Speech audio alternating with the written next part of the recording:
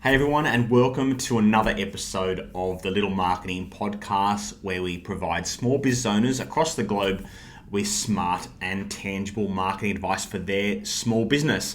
It's Monday, so I'm pumped to get into this week, and I'm excited to bring another episode where today we're going to talk about how we can eliminate time being an issue for you as a small business owner and how you give your business the best chance of actually executing your marketing. And it's about really creating some structure in your business and in your marketing. So today I'm going to take you through 5 key steps to give you the structure so that you can create a marketing plan. So 5 simple steps to create a plan to give your business the best chance to actually execute your marketing. If you've listened to our podcast episodes before or any of our content, you would know that positioning is key. So that's the first step. Now, if you've never listened to us before, I strongly advise you to go back. We've got heaps of podcasts, heaps of shorts that talk about what positioning is and how to best create it. So that's the first step. Now, in a really quick summary, we live in such a over-communicated and cluttered world, and so marketing is a battle of the mind, your customer's mind. So you need to make sure that you are positioning your business and your brand in the minds of your customers that is different to the competition, that eliminates the competition, or where there is the least amount of competition. So whoever wins the battle of the mind and really focuses in on a positioning in the minds of our customers is who is going to win. So again, if you've not created positioning or never listened to our podcast episodes before, please, I strongly advise you to go back and have a listen. So that's the first step. So everyone who has listened to our stuff, then you can absolutely continue on with this episode. So the second key step in creating a marketing plan and giving you some structure is to really define why are you doing marketing in the first place. It's easy to just get caught up in all the noise that's out there and say, oh, I'm going to start posting on social media and I want to do this and want to do that. But why the hell are you actually doing it in the first place? What are you trying to achieve by investing time, money, energy, and skills in marketing actions? Maybe you don't need to put yourself out there. More than likely you do. But if you are going to invest that time, money, energy, and skills, think about the objectives of what you're trying to achieve for your business, for your life, for your revenue, for your profit. It's about giving you choices ultimately, but think about why you're investing in all those things and what are you trying to achieve and what is the objective that you want marketing to achieve for you. Now, if I look at why clients comes to Little Marketing, for me, I see 2 common reasons or 2 objectives of why they're coming to us, or a combination of both. So one is that they want to make themselves look better or look bigger. So if they're, for example, tendering for a project and they want to make themselves look more professional and more credible or bigger than what they are, then marketing can absolutely position themselves in a particular way so that they are seen in a better light by their prospective clients or customers. And the other reason is, of course, to drive revenue, drive inquiries, or a combination of both. So make themselves look bigger or better, and at the same time driving revenue and driving profit for their business. So they're the kind of 2 key objectives that we see every day when someone new rings or inquires. We know that that's what they're trying to achieve, which absolutely makes sense, and they, as kind of broad objectives, they would be the reasons why. But I want you to spend some more time thinking about yes, the broad reasons why marketing is important to you and what you're trying to achieve, but maybe knuckle down on specific tangible objectives and goals that you want, say for a 6-month or a 12-month period. We know that marketing is not a magic pill and it doesn't happen overnight. You need to create consistency in the message that you're putting out there and consistency in that frequency of the message that you're putting out there so that you are staying top of mind. Because, my famous line, if your customers may not need you today, tomorrow, and next week, but if you've been top of mind and they see you more than your competition, then you have a better chance of them choosing you over that competition. So think about those objectives, think about why you want to invest the time, money, energy, and skills, and think about the specific objectives and the goals that you want to achieve over a 6-month, 12-month, 24-month period. and what that return on investment looks like from your marketing. So really spend the time to think about those objectives. So that's the second key reason to make sure, well, that's the second key step I want you to consider as part of creating a marketing plan. And by considering those objectives and goals, it'll make the decisions that you make in the next couple of steps more tangible. So step 3. So what I want you to do now is I want you to create a simple table. So what does a table look like? So what I want you to do is I want you to create one column in Excel or in Word, and I want you to call that column activities and actions. And then across the top, I want you to create a row that will outline the months of the year. So let's just call it month 1 right through each row. Each column will have a different month. So column 1 obviously has the activities and actions. Column 2 will be month 1. Column 3 will be month 2. Column 4 will be month 3, and so on and so forth for 12 months. So you should have one column that has actions and activities as the heading, and then you should have another 12 columns that has month 1 to month 12. So I want you to create that table, because what we're going to do is we're going to then, when we get to the next steps of choosing the activities and the actions and the investment and the timing, we then can start to plug in, right, what activity is that, where will it go, what month will it sit in, and what does the timing and the investment look like for that activity. So create that table. It should take you a couple of minutes to easily create that. So, assuming that you've created the table, what I want you to do is now move on to step 4.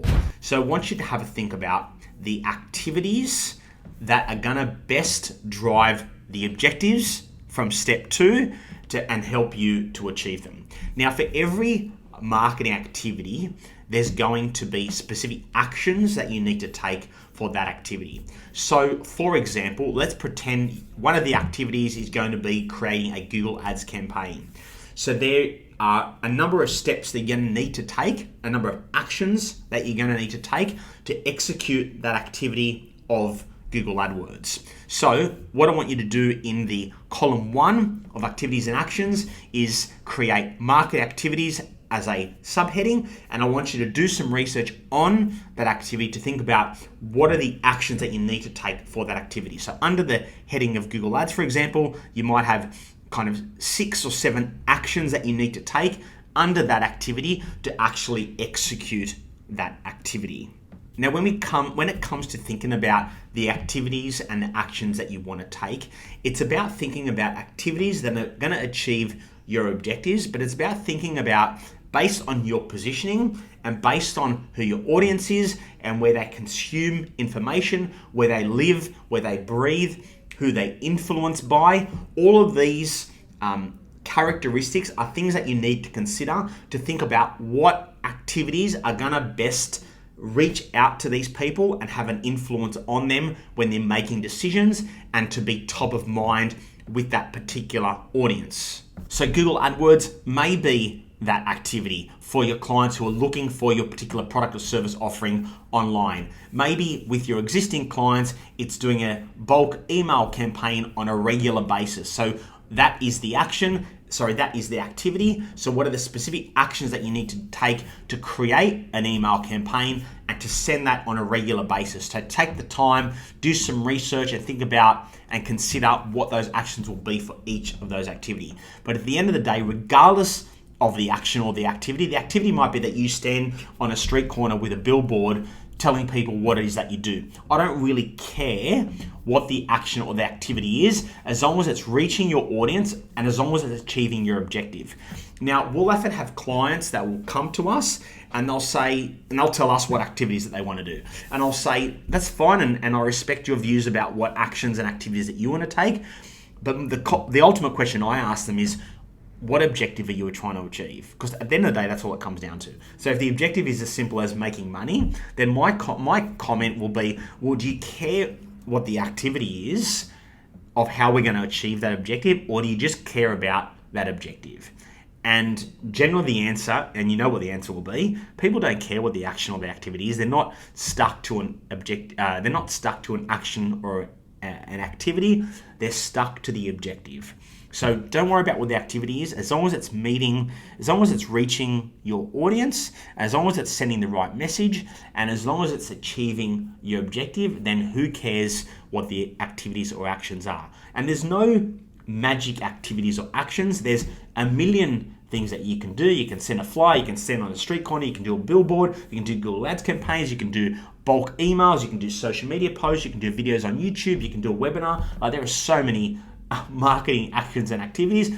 And it's a question that we get asked a lot. Oh, what activity is going to work best for my business? Look, there are so many activities. There are some actions and activities that are going to work better for some businesses than others. But again, it comes down to your specific circumstances, your goals, your objectives, your audience, your investment, your internal resources, so many particular factors. So that's why you can spend the time and do the research on what activities are going to work best for you. And then when you actually start to implement and execute these activities, you need to then measure, to have a look what's working, what's not.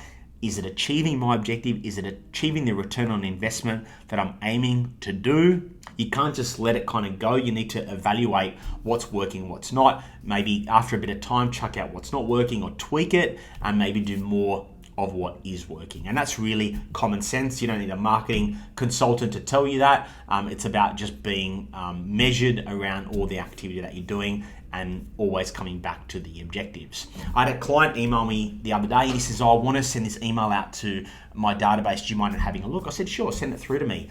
And I read it and I said, look, I love it. It's a great touch point, but what are you trying to achieve by doing it? And he goes, well, I just want to know, I want to let my customers know that I'm always there for them, and I want to make it more customized. And I said, that's perfect. That's a great objective. You're staying top of mind. You're showing that you care. By having more touch points, then chances are they're going to gravitate more towards him and he'll probably get more business out of them. So I loved it. Great idea. Really simple activity and action. And so it doesn't matter how sophisticated or simple the activity or action is, again, as long as it's achieving your objective and as long as it's reaching the right audience in the right way. Because at the end of the day, again, 4 key pain points: time, money, energy, and skills. And because they are a limited resource, you want to get the best out of them and have the least amount of wastage when it comes to those 4 resources. So think about who your audience is, where are they going to find you, where are they going to listen to you, where can they watch you, where can they search from you, and who are they influenced by? So that's choosing the activities and actions. Now let's get into step 5, and that's the timing and investment of those activities. So where we spoke about putting the actions and the activities and the actions into particular columns and in particular months, so that there's some structure around that. Now it's about just being really smart around what the timing looks like. So there might be things that you do once that are going to sit in a row once. There are other things that are going to be ongoing, so plug them into whatever months that are going to happen on a regular basis, so that you can start to see this kind of overall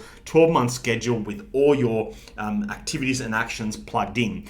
And so as part of the actions, when you would have done research for each activity, there may be investment that's allocated to that. So maybe there's investment in doing a Google Ads campaign and the money that you're investing with Google Ads, or maybe it's paying a designer to create a brochure for you. Plug in what that number looks like in that particular column for that action. It may be that it's a regular investment, but make sure you're putting it in so that you know over a 12-month period what the timing looks like for all of those activities and actions, what the investment looks like, if there is any, for those actions, so that you can tally it all up and you can give yourself a marketing budget for the year and make sure that you're measuring it and achieving the objectives that you're trying to achieve from month 1. And it's about constantly reviewing and assessing what's working and what's not. Because again, based on the limited resources of time, money, energy, and skills, you want to make sure that you give your marketing the best chance of success.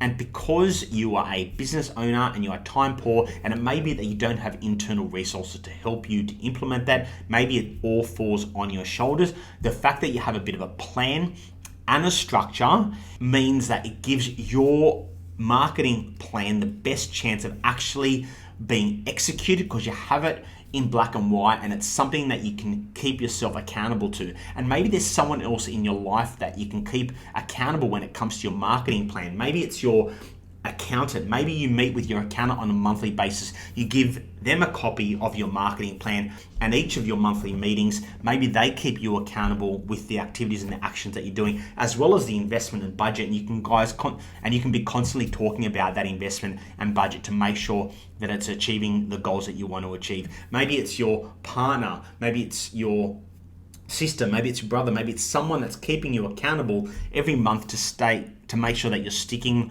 to the plan that you've just created. So 5 key steps to create a marketing plan. Really define that positioning, really understand your objectives and what you're trying to achieve in terms of those goals. Keep it tangible. Number 3, create that table with activities and actions down the left, the month-to-month schedule across the top, and then plugging in the activities, actions, and timing and investment for those activities, choosing the activities and the actions that are going to best achieve your objectives. And 5 is making sure that we're then plugging in the timing and investment for those activities to keep yourself accountable and to understand what your investment and your budget looks like for a 12-month period. So guys, thank you. Another episode today. Hope you got lots of tangible information. There was heaps there that you can actually get into action today to get your marketing started tomorrow. No excuses. We're already at May. The year is flying by. It's absolutely crazy. So it's all about how much drive you have in your business to keep it going. If you're listening in Australia, obviously the election has just happened. Regardless of who you wanted to win or who now is in power, you are in control of your destiny. They're not the one waking you up. They're not the one creating the marketing plan for you, and they're not the one executing the plan for you. So make it happen. The ball is in your court, and drive your business forward for 2025. So thanks everyone for listening. We'd love you to share this information. If there's other small business owners that you know that you feel would get heaps of value from listening to this episode, please forward it on. It's how we share the message. And of course, we'd love a rating and review. And don't forget to subscribe so that you don't miss another episode of our podcast, and also receive notifications when we do our daily shorts. So thanks everyone, and we'll see you back next week. Please note that all the information provided on this podcast is general in nature and is not intended to be specific advice to your individual situation. Please be sure to engage a professional for a customized approach to your business and personal circumstances.